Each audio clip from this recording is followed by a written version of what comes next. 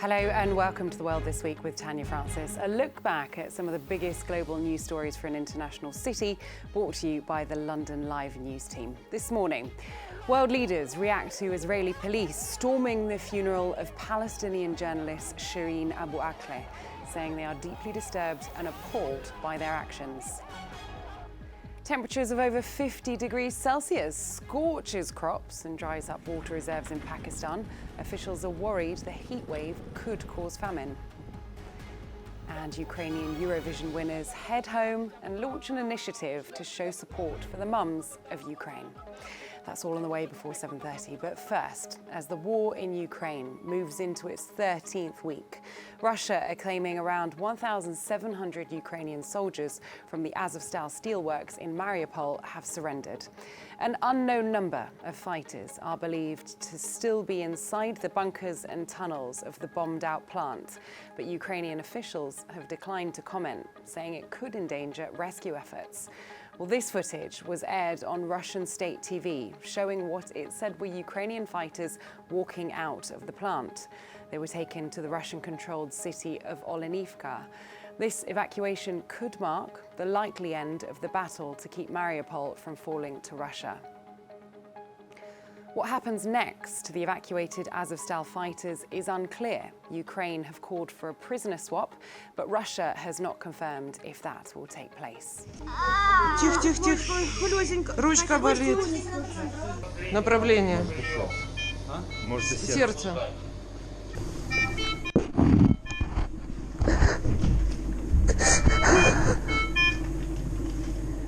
This week, body cam footage was released showing the horrors taking place in the ruined city of Mariupol.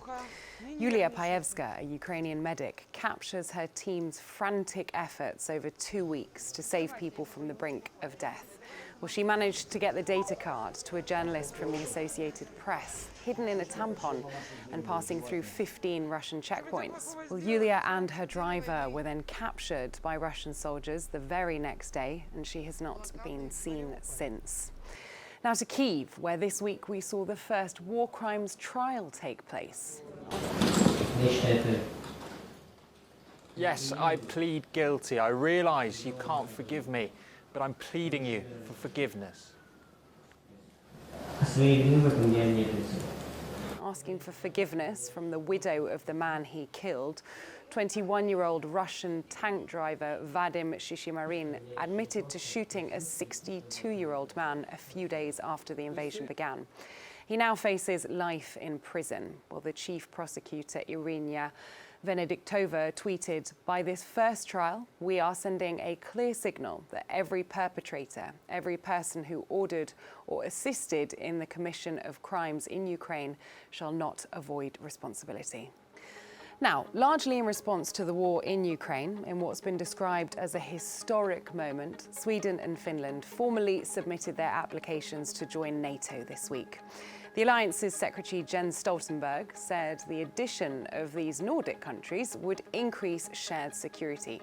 Well, this is despite Russia saying it would be forced to take retaliatory steps over its neighbours' moves. Every nation has the right to choose its own path. You have both made your choice after thorough democratic processes. And I warmly welcome the requests by Finland and Sweden to join NATO. You are our closest partners, and your membership in NATO would increase our shared security. The applications you have made today are an historic step. Allies will now consider the next steps on their path to NATO. The security interests of all allies have to be taken into account, and we are determined to work through all issues and reach rapid conclusions.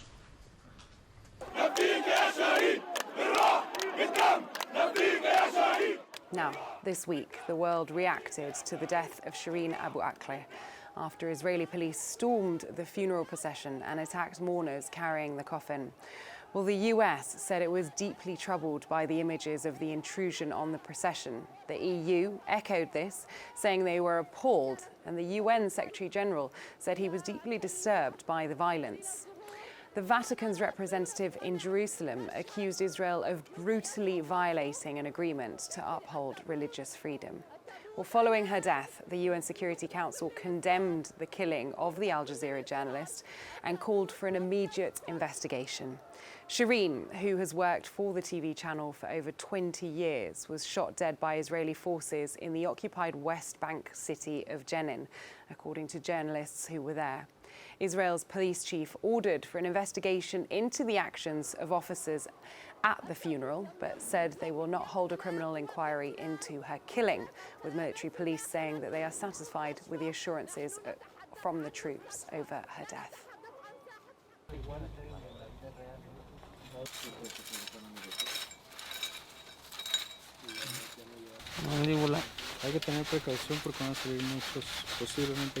Now to Mexico, where the number of people reported as disappeared is at a record high of 100,000 people since 2007.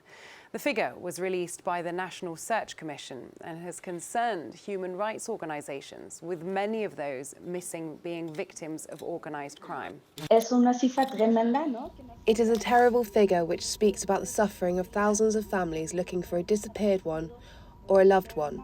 More than a figure, behind each one of those numbers, there is a human story. Mexican authorities have been urged to put in immediate measures to stop this alarming upwards trend, with many families taking matters into their own hands, digging up unmarked graves in the hopes of finding remains of their loved ones. The UN Committee on Forced Disappearances have said those responsible for the incline of people going missing are both public servants and organised crime groups. Aceptaron los desaparecidos. The government admitted that there were disappearances, but there are still disappearances, which means that the insecurity and what I called complicity, omission or collusion of the governments with the organised crime groups doesn't end. Con grupos delincuenciales no se acaba. Back to the UK, where the unthinkable happened to a couple from Gloucester.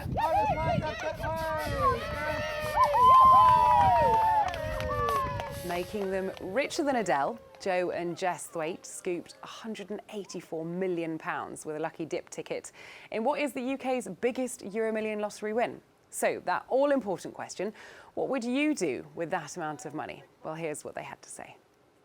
I think this is part of the fun that we can have, is we can take the children and we can try out places that we've never been. So never dreamed that we could go. Yeah, exactly right. So I mean, most of our holidays are in a tent in Devon. I mean, we've been there in 50-mile-an-hour winds and hanging on to the sides, and I think that's going to change. Definitely, that's my last experience of airbeds that I ever want to go through again. Yeah. We would love to have a holiday and adventures with our family, and when we told our youngest two children what if they could have anything in the world now that we have this money, if they could have anything in the world, what would they want? And both of them said a holiday, that we don't go on holiday, they have ponies and everything goes into them. So my youngest said she wants to go to Hawaii. We have no idea why Hawaii. I think it's YouTube. Yeah, it's We've decided YouTube, it's YouTube. But we've no idea, but she has been talking about Hawaii for 2 years. And the first thing, I was like, I wonder if it'll be Hawaii. And the first thing and then when we said, yeah, we could go to Hawaii, she was just jumping up and down with joy. And our eldest wants to go to America and do a ranch drive on ponies, on a pony. Horses, yeah. She is obsessed with her pony, so that seems like. And now we can invite the rest of our family to do those with us. Yeah. That's the most important thing for us, that we can share those experiences with them. Well, the couple have been married 11 years. 49-year-old Joe was a communications sales manager and has already left his job. And his wife Jess runs a hairdressing salon with her sister and is still considering what to do next. Well, a big congratulations to them. The World This Week continues after the break.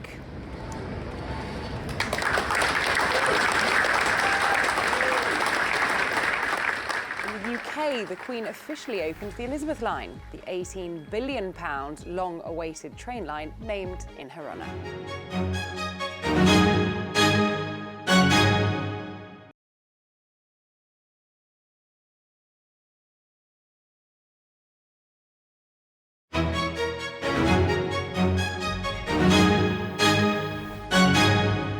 Hello and welcome back. You're watching The World This Week from the London Live News team, a review of the main international stories that have broken over the last 7 days.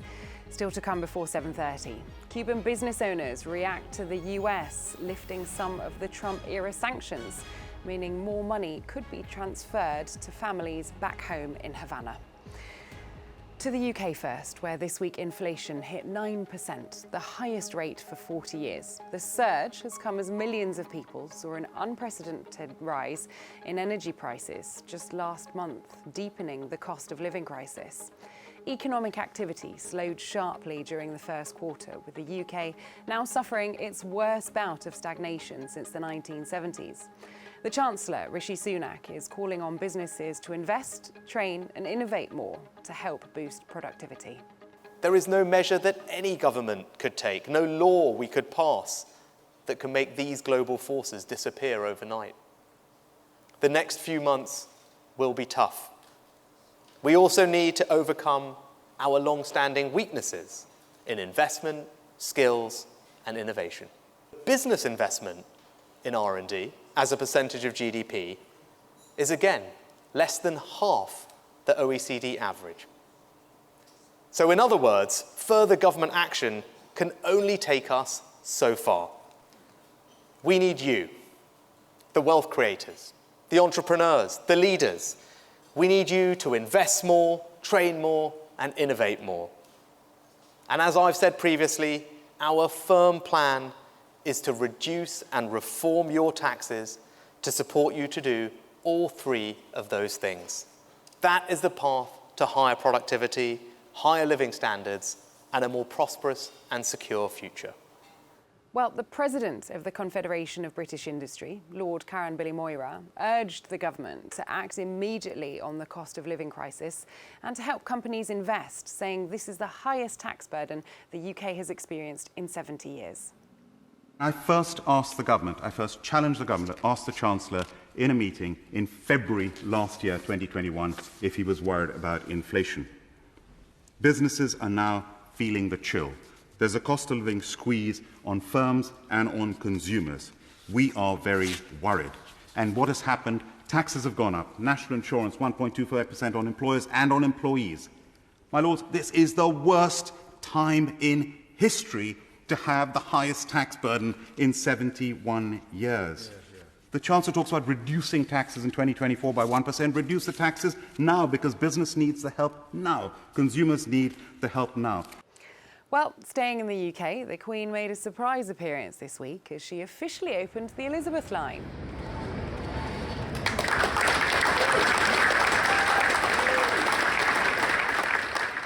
The newly finished train line named in her honour. She beamed in yellow as she made her way around the station with her son Edward. Well, it's the first time that she had done an official royal visit outside of her home in Windsor in the last 7 weeks.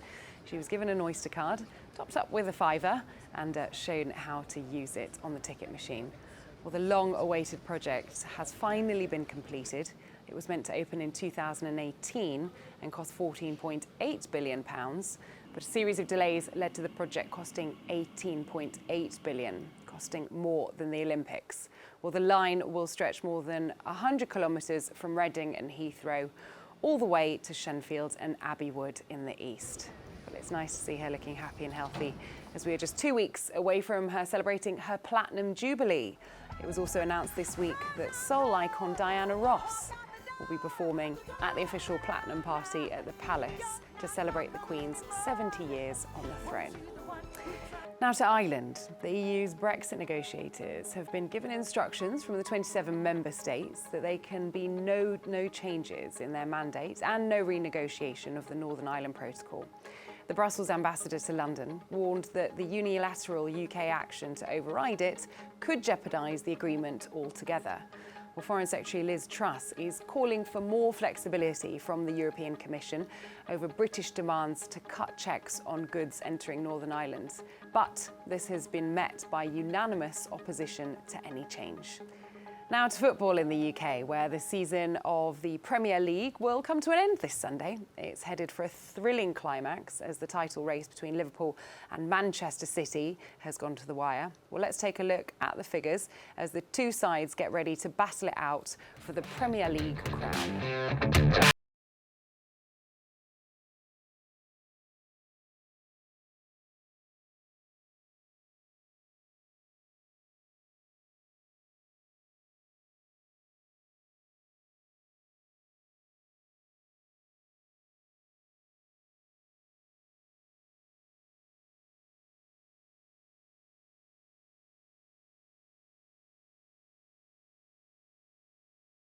The matches will kick off from 4 p.m. tomorrow, that's Sunday the 22nd of May. Now to India and Pakistan, where an extreme heat wave continues to consume the countries, leaving people in sweltering conditions, severely affected by a lack of water, leading to deaths, disease and economic losses. Parts of the country were scorched by temperatures of nearly 50 degrees Celsius this week alone. You can see the condition of our house. The biggest problem here is water. Our birds and animals are suffering because there is absolutely no water. I appeal to the government to supply water to us. Officials are saying climate change is what is causing such extreme temperatures. In rural places like Kunri in the south of Pakistan, work for farmers has dried up, as has the land, destroying the crops and leaving the people living there and their animals with little to no water. जो 80% पूरे मुल्क का पैदा करता था आज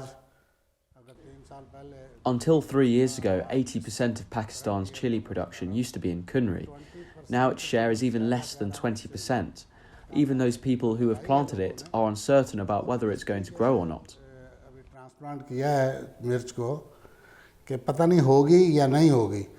Well, Kunri used to be called the red chili capital of Asia, but production has been decreasing steadily over the years. The extreme heat has killed the chili before workers could harvest it, with environmentalists saying the shortages of water could soon lead to famine in the country. The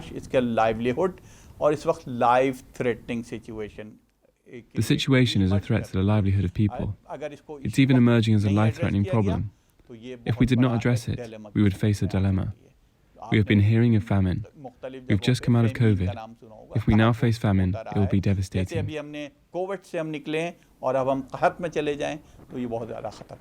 Well, in response to the prolonged extreme weather, the UN announced it is launching a plan to revive the world's attention on climate change and invest more in the use of renewable energies.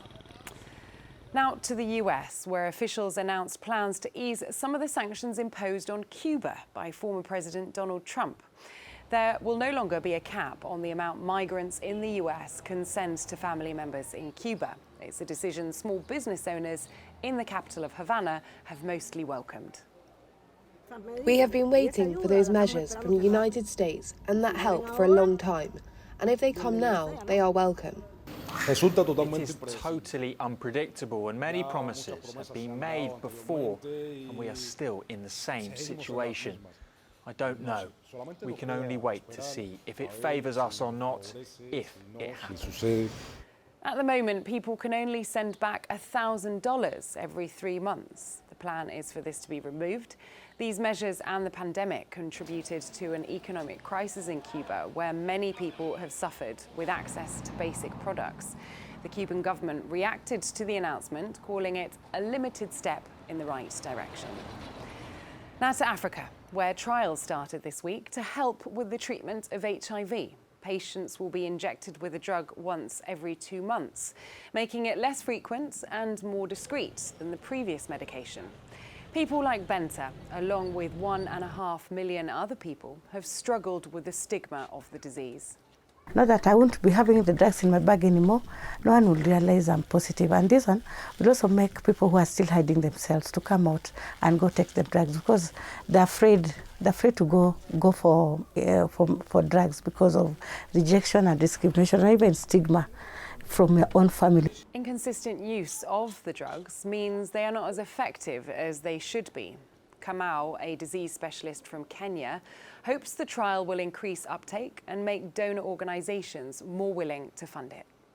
We've had instances where we've had shortages in the ART because of some donor issues or some issues with the government and clearing the medication.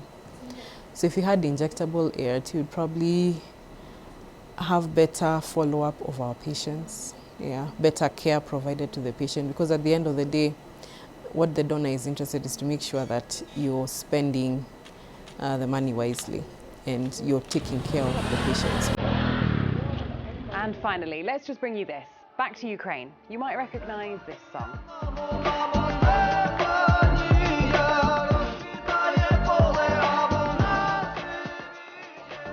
Well, that's the tune that took Ukraine to the top of the polls in this year's Eurovision Song Contest. The Kalush Orchestra from Lviv walked away winners with their song Stefania, which is the name of one of the band members' mothers.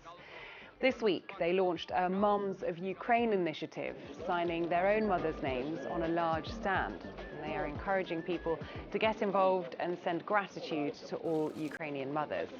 Well, that song has very much now become an anthem to the motherland, with lyrics like, "I'll always find my way home, even if all roads are destroyed." Well, congratulations to Ukraine for their win this year, with the UK's Sam Ryder coming in second place. That's all from The World This Week with me, Tanya Francis. We'll see you at 7 next Saturday as we round up the biggest international stories for a global city. Have a good weekend.